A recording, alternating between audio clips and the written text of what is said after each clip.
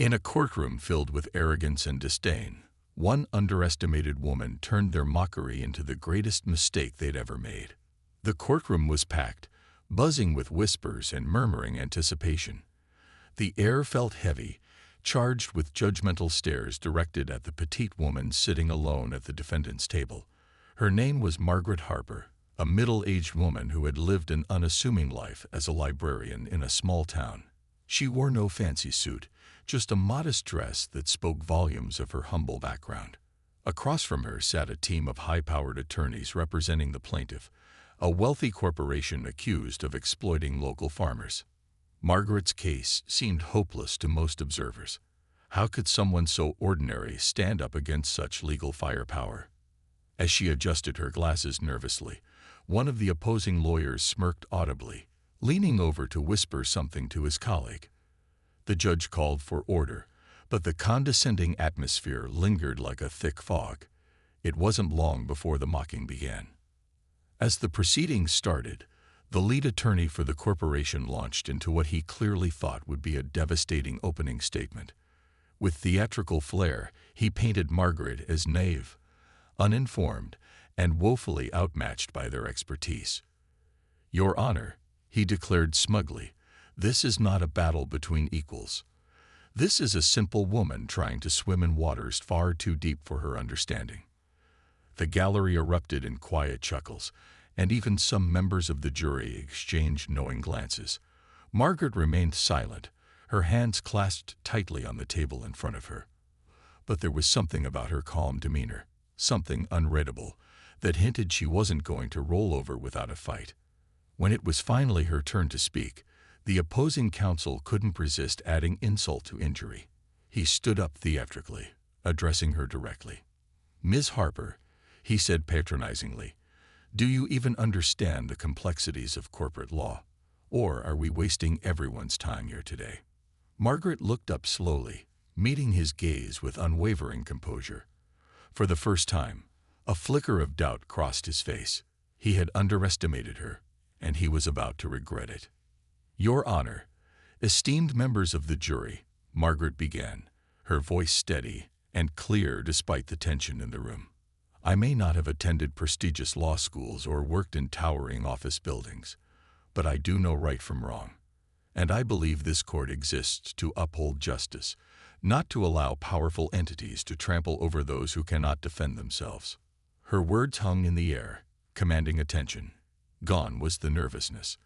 Instead, there was a quiet authority in her tone that silenced the snickers and turned heads. She continued, weaving together facts and emotions with remarkable precision. "I represent not only myself, but also the countless families whose livelihoods have been destroyed by this corporation's greed. They took our land, they broke promises, and now they think they can buy their way out of accountability. But I'm here to tell you, they won't." The courtroom fell silent. Even the opposing attorneys shifted uncomfortably in their seats. Margaret's simplicity became her strength. She didn't rely on jargon or intimidation tactics. Instead, she spoke plainly, appealing directly to the humanity of the jury.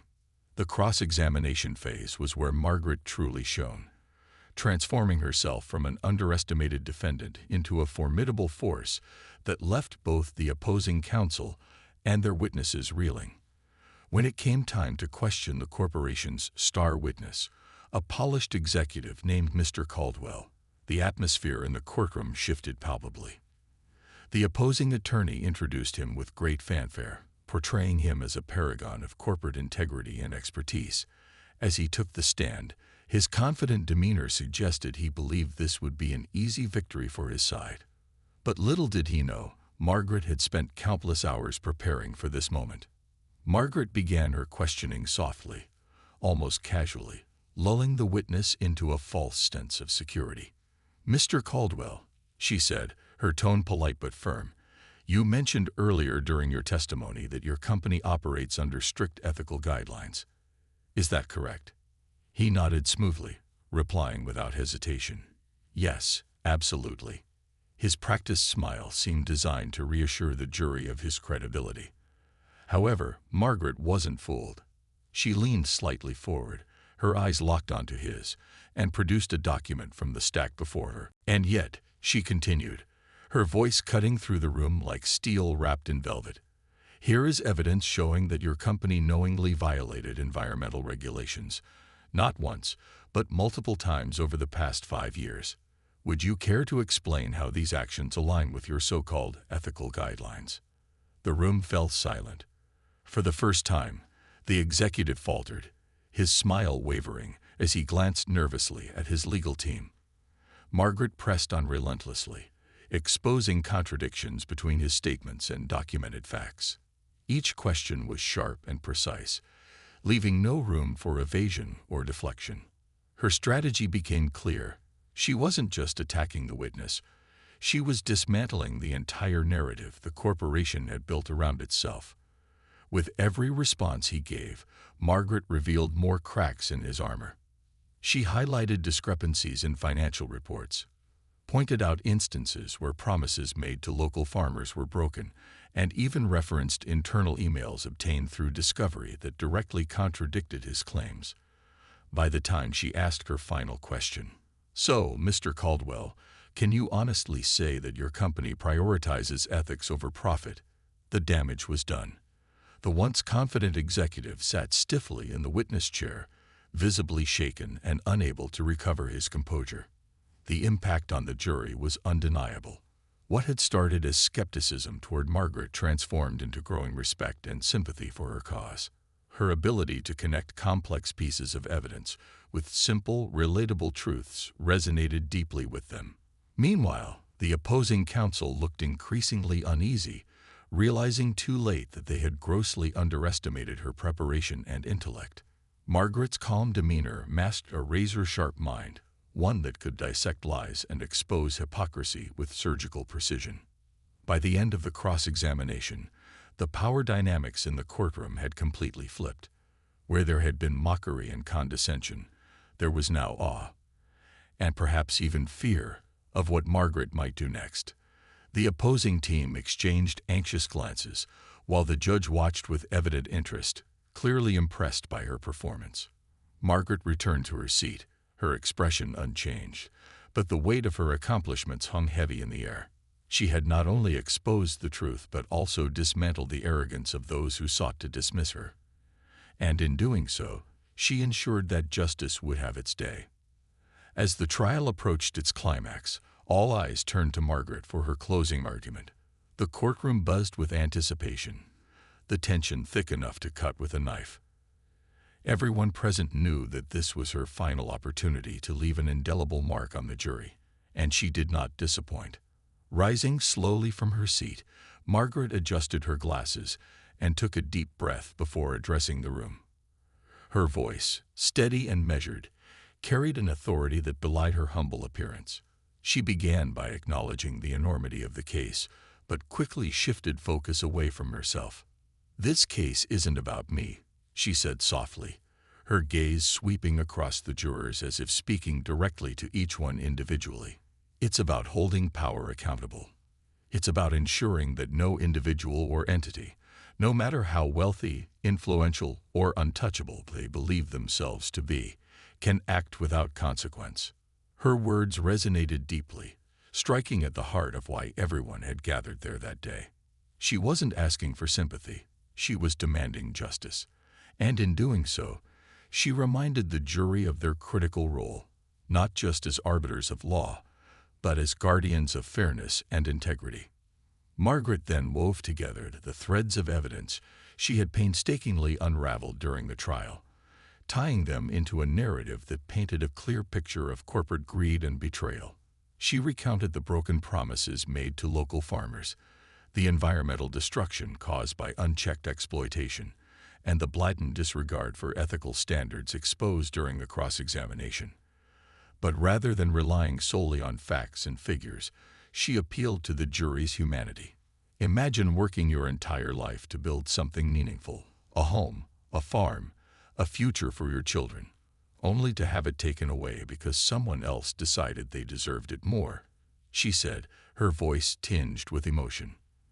That is what this corporation has done, and I ask you today, is that the kind of world we want to live in? Her closing remarks were nothing short of poetic. She spoke of resilience, courage, and the enduring fight against injustice. Justice doesn't belong to corporations or elites, she declared, her tone unwavering. It belongs to us, to ordinary people who refuse to stand idly by while others trample over our rights and livelihoods. As she concluded, the courtroom fell silent, save for the faint rustle of papers being shuffled nervously by the opposing counsel. Margaret's final sentence hung in the air like a challenge. Let this verdict remind us all that true strength lies not in titles or wealth, but in the courage to stand up for what is right, even when the odds seem insurmountable. The effect was profound. The jury sat motionless, visibly moved by her impassioned plea. Even the judge seemed struck by the gravity of her words, nodding thoughtfully as he instructed the jurors to begin their deliberations. Outside the courtroom, murmurs rippled through the gallery. Some whispered in admiration of Margaret's eloquence, while others speculated about the outcome. Meanwhile, the opposing attorneys exchanged uneasy glances, their earlier arrogance replaced by uncertainty. They had mocked her, dismissed her, and underestimated her, but now they faced the sobering realization that they might lose not only the case, but also their professional pride. In crafting her closing argument, Margaret didn't rely on theatrics or grandstanding. Instead, she used clarity, authenticity, and moral conviction to deliver a lesson in humility to those who had doubted her.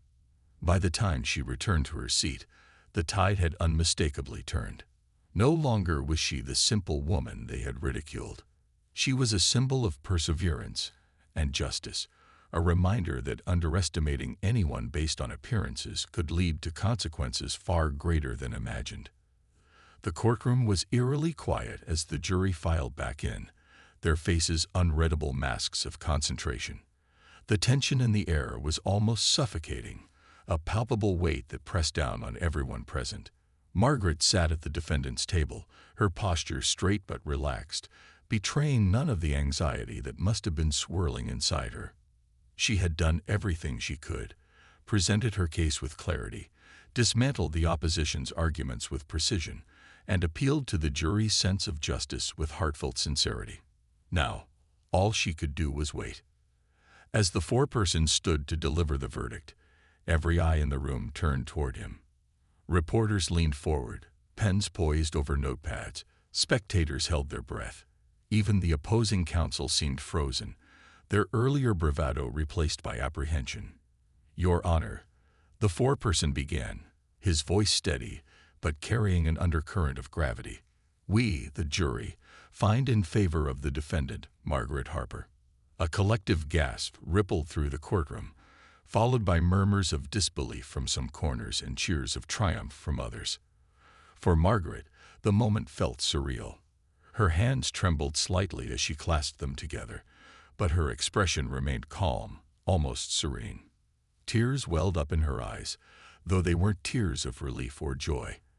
They were tears of vindication. This wasn't just about winning a legal battle. It was about proving something far greater, that truth and integrity could prevail, even against overwhelming odds.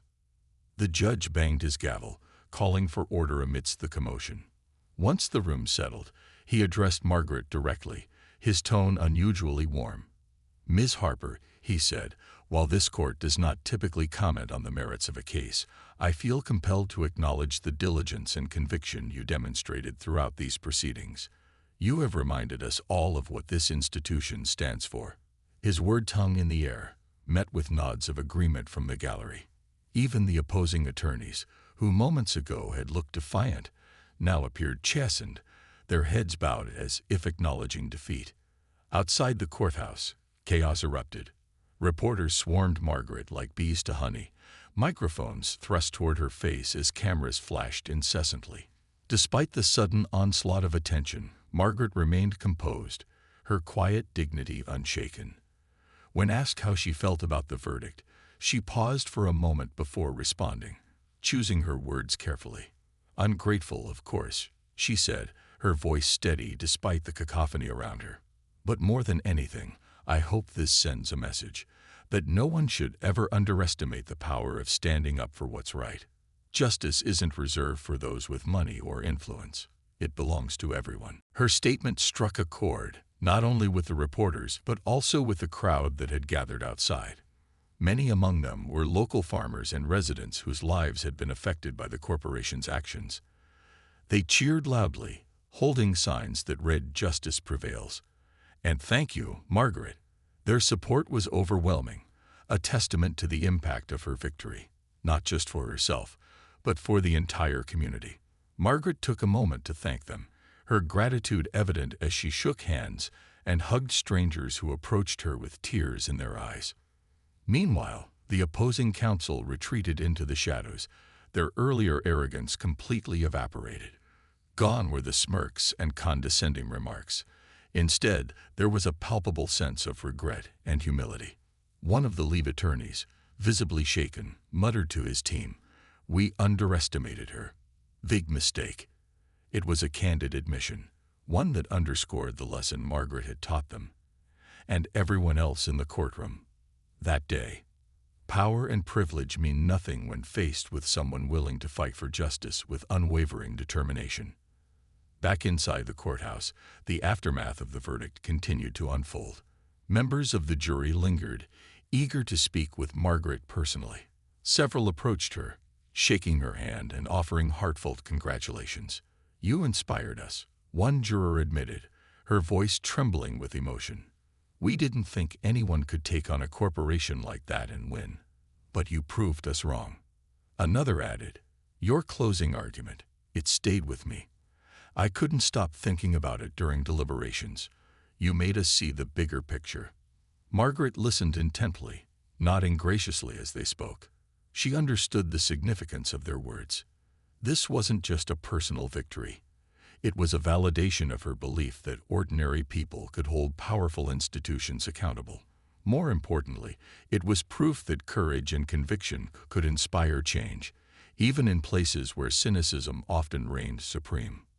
Later that evening, as the dust began to settle, Margaret returned to her modest home, still processing the whirlwind of events. She poured herself a cup of tea and sat by the window, watching the sun dip below the horizon. Though exhausted, she allowed herself a small smile. The road ahead wouldn't be easy. The corporation would likely appeal the decision, and there would undoubtedly be challenges along the way. But she felt a renewed sense of purpose. This victory wasn't the end. It was the beginning of something much larger. Reflecting on the day's events, Margaret realized that her journey had transformed her in ways she hadn't anticipated. She had entered the courtroom as a simple woman seeking justice for herself and her community, but she emerged as a symbol of resilience and empowerment. People saw her not just as Margaret Harper, the librarian turned legal crusader, but as a beacon of hope, a reminder that even the most unlikely individuals could rise to the occasion when called upon. In the days that followed, news of her triumph spread far beyond the confines of the small town. National media outlets picked up the story, hailing Margaret as a modern-day David who had taken down a corporate Goliath. Social media platforms buzzed with admiration, hashtags like #JusticeForMargaret trending worldwide. Messages of support poured in from strangers across the globe, many sharing their own stories of fighting against injustice. Margaret read each one thoughtfully, touched by the outpouring of solidarity. But perhaps the most poignant moment came when she received a letter from a young law student. "Dear Miss Harper," it began, "I've always dreamed of becoming a lawyer, but I never thought someone like me, an ordinary person without connections or resources, could make a difference. Watching you in court changed my perspective. Thank you for showing me that it's possible to stand up for what's right, no matter who you are." That letter moved Margaret deeply. It crystallized the true impact of her victory, inspiring others to believe in themselves and their ability to effect change. In defeating the corporation, she hadn't just won a case. She had ignited a spark of hope in countless hearts, encouraging them to challenge the status quo and demand accountability from those in power. As weeks turned into months, life slowly returned to normal, or as close to normal as it could be after such a monumental event. Margaret resumed her work at the library. though she found herself busier than ever, fielding requests for interviews and speaking engagements. She accepted some, using these opportunities to advocate for systemic reforms and encourage others to speak out against injustice. Yet, despite her newfound fame, she remained grounded, staying true to the values that had guided her throughout the trial. Looking back, Margaret recognized that the courtroom had been more than just a venue for legal proceedings. It had been a stage where humanity itself was put on trial. The opposing counsel had mocked her simplicity, dismissing her as insignificant. But in doing so, they had revealed their own arrogance and complacency. And when the verdict came down in her favor, it wasn't merely a judgment against the corporation. It was a rebuke of the very attitudes that sought to silence her. Ultimately, Margaret's story became a timeless tale of redemption and respect. It served as a reminder that greatness doesn't always come wrapped in suits and titles. Sometimes it wears a modest dress and carries a stack of meticulously researched documents. Most importantly, it reinforced the idea that justice is not a privilege reserved for the elite. It is a fundamental right that belongs to us all. And in standing up for that principle, Margaret Harper earned not only a verdict in her favor, but also the enduring admiration of those who witnessed her remarkable journey. Final note: Margaret's victory wasn't just personal. It was a triumph for every underdog who dared to challenge the odds. And in that courtroom, she proved that true strength lies not in titles or degrees, but in courage, conviction, and the relentless pursuit of justice.